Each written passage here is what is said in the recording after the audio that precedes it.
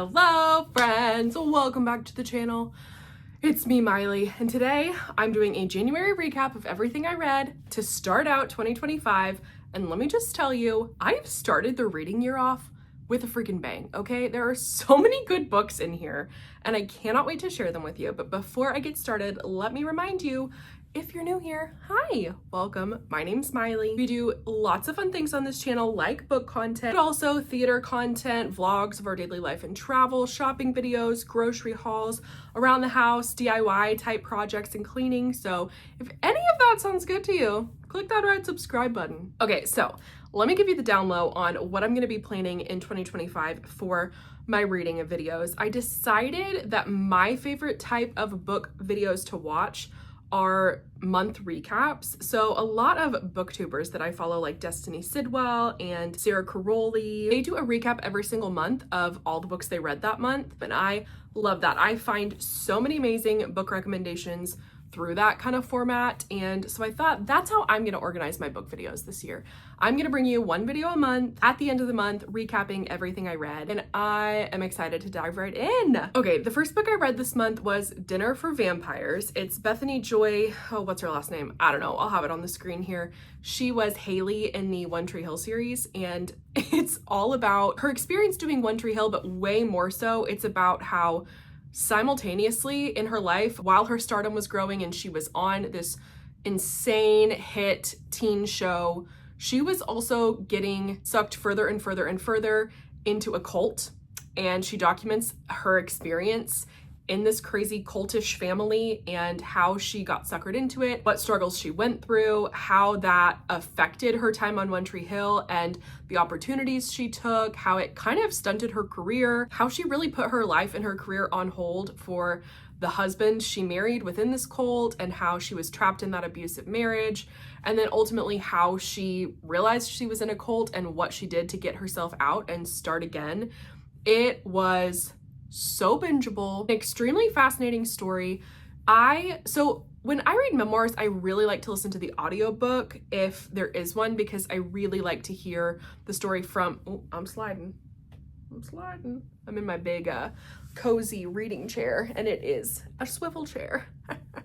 Anyway, when I read memoirs, I like to listen to the audiobook because 9 times out of 10, the author is narrating the audiobook, and I just find it so much more interesting from their voice, and it just like really elevates the experience to me. And I listened to the audiobook. When I listen to audiobooks, I am typically following along on my Kindle with the digital version of it because I'm such a visual person. I like to see the words as well, but she narrates it and she does a phenomenal job narrating this book. It is endlessly fascinating. It's really short. If you like stories about overcoming, stories about cults and the dangers of that, if you liked One Tree Hill, like all kinds of people would really enjoy this book. It's super quick and simple and easy, but it packs a punch. It had a really big impact. I thoroughly enjoyed it and I gave it 5 stars. Yes, I started out the freaking year with a 5-star book. We're gonna see that trend continue in January. Like I said, I started this year with a huge bang, okay? Huge bang. The next book I read in January was actually a reread of, dare I say it, and I'm slowly going to reread this series this year to make sure what I'm about to say is true. But as of right now, it is holding true. My favorite fantasy series, period. The Throne of Glass series. I reread the first Throne of Glass book, Throne of Glass, by Sarah J. Maas, and it holds up, man. I love it. I love it especially because there's just so many more layers to the series. There's so much to come that isn't even like hinted at really in this first book. I love a big, thick, chunky fantasy series like that just builds and builds and builds and grows as each book comes along. It's like you read the first Throne of Glass book and you're like, wow, that was a really entertaining, fun, almost like teeny bopper feeling fantasy series. It's just such a good series start because it is a fantastic setup for so many more things to come. And it's like you chuckle as you're reading it because it's like, oh man, the second time around and you realize, wow, I didn't even know what I was getting myself into. I thoroughly enjoyed the first book, But the first book is so not indicative of the rest of the series and how it pans out and what it's like. And there's something really exciting about that I really love. It's such a good series. The first book is incredible setup, and I kept my 4-star rating of it. The first book isn't quite a 5-star, but it is a 5-star series overall for sure. And like I said, I'm gonna make sure that I really believe that and think that's true slowly over this year in my reread. But the first book really held up, 4 stars, loved it so much. Next, I read a book that was so interesting. I still to this day don't really know how I feel about it. It's called The Friday Afternoon Club. It's by a man named Griffin Dunn. He grew up in classic like 60s, 70s, 80s Hollywood scene. He was best friends with Carrie Fisher. His family was so connected to the Hollywood world. The book is basically half name drops, honestly, and like anecdotal stories about parties and clubs and crazy people his parents were friends with. And I mean, it was almost like 2 books in one. It was kind of an account of his growing up and his life in the Hollywood scene, but then it's also kind of juxtaposed, honestly, with later in life when he's an adult, his sister is brutally murdered, and the process of that trial and what happened to her and just the horror that his family had to go through to solve this mystery and get justice. It was a gruesome read. It was a fascinating read. It's also packaged a little weird because the reason I wanted to read the book was because it is packaged as a family's true story of a harrowing murder mystery trial. And that truly is in the last, I would say, 4th of the book. So you're reading all this backstory, all these Hollywood anecdotal stories, this family and childhood trauma of the author, and it all feels a little bit like setup, and like especially the more name-droppy stories, they didn't quite fit the crux of the book. It's almost like there were 2 books in one. And that's not really a criticism because I see how it's a very engaging and unique story to tell, the way this guy was brought up, but it wasn't really connected very well in the story to the later 4th of the book. The murder plot and trial is all detailed. So I wish that was connected a little bit better because the Hollywood stories would have felt a little more relevant and I wouldn't have felt so much like, okay, let's get to it. I'm turning every page so that I can get to, you know, what this book sold me on to read. But that being said, I really enjoyed it. It was a page turner. The stories were gripping and funny and outlandish. It certainly kept my attention and I enjoyed reading it a lot.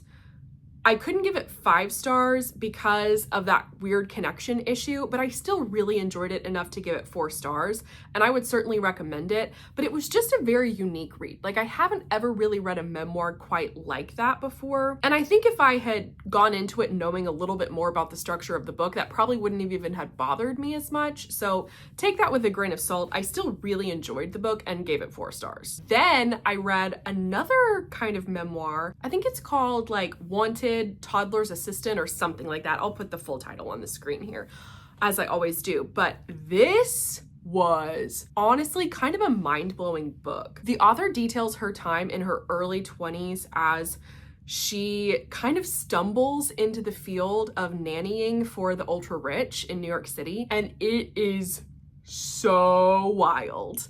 The stories that she told about all the different families that she worked for as a nanny. It is a magnifying glass on class divisions and money, family dynamics. I mean, it was just packed full of very interesting concepts. It reads not necessarily like a nonfiction essay style book. It honestly reads more of a memoir, but you learn so much through it, okay? It is definitely a commentary on certain themes, and that's very present like it would be in a nonfiction style book. But the stories are so personal and emotional, and some make you really mad, some make you have a heart for these families, some make you feel so horrible for the weird, crazy circumstances this woman was put through. This book has just such incredible heart while also teaching you so much about the ultra rich and that whole environment and the extreme division that there is between them and any other type of person in the population. It was so good. It was so good. Whew, endlessly fascinating. I learned so much from that book, and I think I gave that one 5 stars too. I'm telling you, you guys, January was good. It was good. Okay, switching it up just a little bit. I read this, would you call it romance? I guess you could call it romance. I would honestly call it more fiction, but I don't know. I read this book, Between Us by Mari McFarland. I think that's how you say that author's name. I've also heard it pronounced Vari McFarland. So if you know how to pronounce the author's name, let me know down below. But this was the first book I had read by this author, and it certainly will not be the last.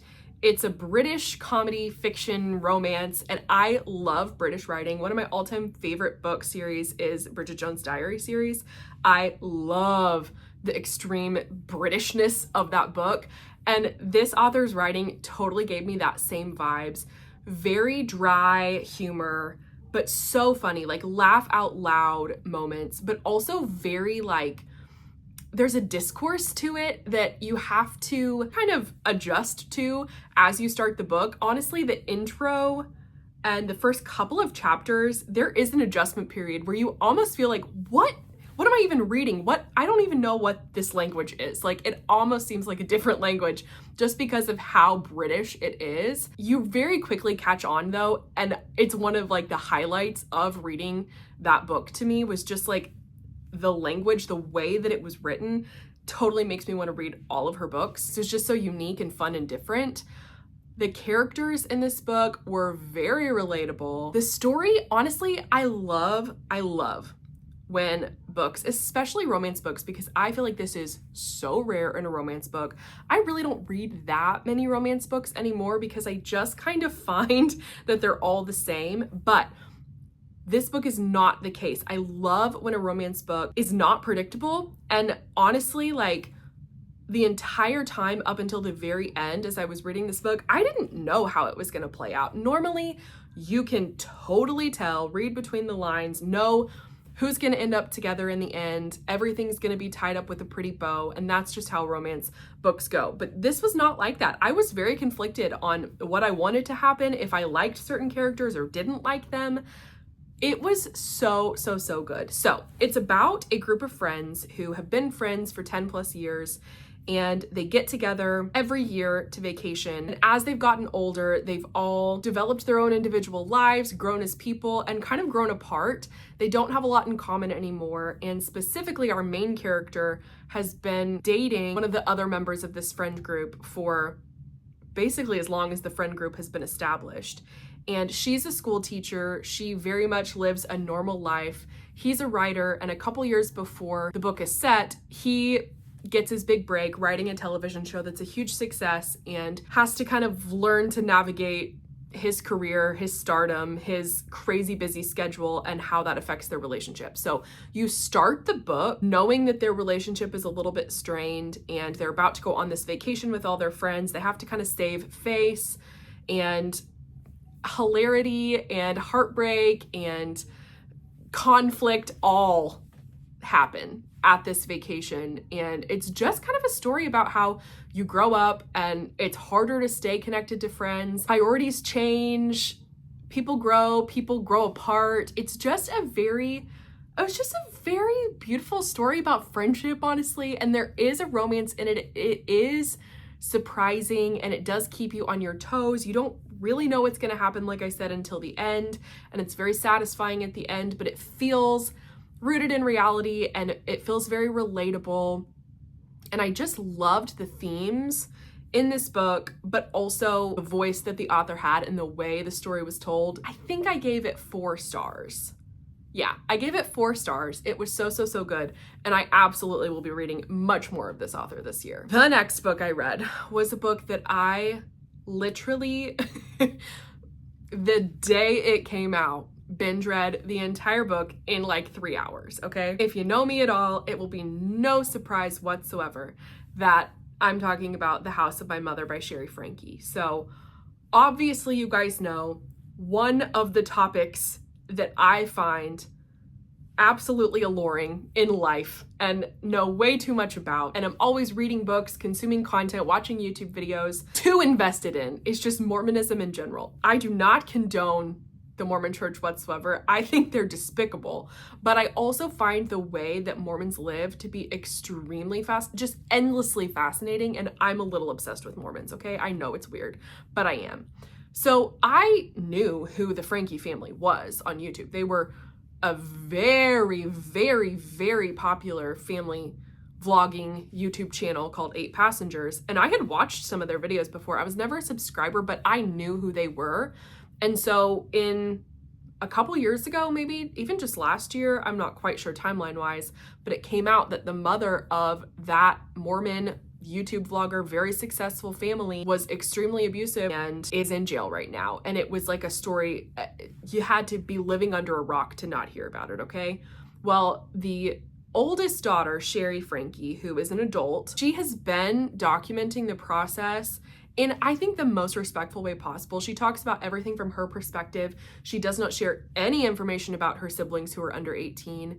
She is just an extremely amazing advocate, I think, for how broken the system is and how it sets up, especially in Utah, protects abusers. And I just think she is amazing. Well, she came out with this book detailing what it was like growing up in a famous YouTube family vlogging family and everything in her life leading up to her mother's arrest and the horrible, horrible crap that her family went through and are still going through because of it. This memoir was so crazy. So crazy. The stories she tells. And like I said, she does it so respectfully. It is absolutely from her point of view. She does not involve any of her other siblings in it whatsoever, except sometimes her brother who's closest to her, Chad, who is also over 18. And she has come out and made sure everyone knows that Chad read everything she said about him in the book and okayed her use of anything that she used. So she just was so respectful about the way she went about telling her story, but she also did not hold back. And there were so many things that she detailed about her parents and about the way she was brought up and about the church. And it was just so fascinating. Also, some things she went through in her personal life at the same time because of the trauma that had been inflicted on her entire life, how it led to some really unhealthy relationships that she had that no one had ever heard of before. I mean, she really went out on a limb, detailed so many aspects of her life that no one's ever heard of before, and just shone a light on how problematic family vlogging is. And wow, I just have so much respect for her. Thought the book was incredibly well written. Obviously, I think she used a ghostwriter, but I can't imagine all the trauma she's been through and then having to relive everything. And then also she narrated the audiobook. It's very bingeable as well. It is so good. I gave it 5 stars. It was amazing. That being said, I am the perfect audience for that book, so it may be a little too niche for you to enjoy if that doesn't sound like something you'd be interested in reading about. It's very harrowing. Like, it is very intense to read about. So I would not recommend that everyone read it, but if you hear that and it sounds interesting to you, or you followed the story and you want to learn more, I definitely recommend this book. 5 stars. I loved it. And then the last book I read in January was a book called The Measure, which, wow, what a unique book. So this book is a fiction book that centers around one day, everyone in the entire world gets a box dropped off with a string inside, and the string shows the exact amount of life they have to lead. So imagine if that happened to you, if you got a string dropped off on your doorstep one day that showed you exactly how long your life was going to be. How would that impact you as a person? How would that impact society? It is a fascinating, honestly, like, people study on how the world would take in that information, what they would do with it, how politics would change, how relationships would change, how class structure would change. It was unlike anything I've ever read before. And truly, I think it did such a good job. It just felt so real. Like, there were moments when I was reading it where I would like start getting anxiety because I would just start to feel like this is actually, I'm reading the news. Like, this is just happening in the world today.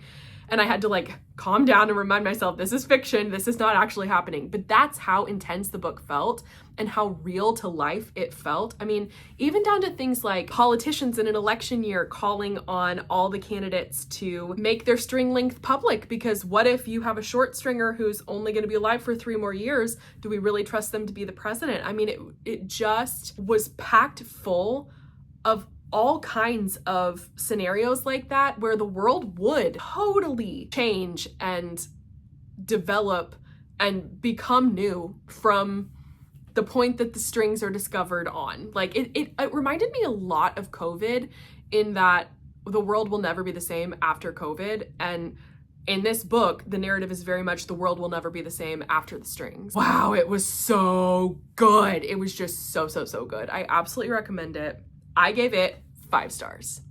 And yes, that is absolutely crazy. Unprecedented. I do not think I've ever had a month where I have only read 4 and 5-star books. It was an amazing start to the year. It was an amazing month of reading, and I can't wait for what February has in store. Let's just keep this train rolling. We'll keep these 4 and 5 stars coming in. I think I've just gotten really good at picking books that I'm excited to read, mood reading, not reading books for the sake of their popularity. Like, for example, Onyx Storm. I'm not reading it because I hated Iron Flame and I don't care to continue the series whatsoever, even though that's what everyone is reading right now. I'm not reading it because I don't care. So I think I've gotten better at just curating my books I like to read versus books I'm reading for other reasons, and I'm just not doing that anymore. So hopefully the trend continues, and this is a really good year of reading. Thank you guys so much for watching. Let me know what you read in January down below. Don't forget to like and subscribe, and I will see you in the next one. Bye!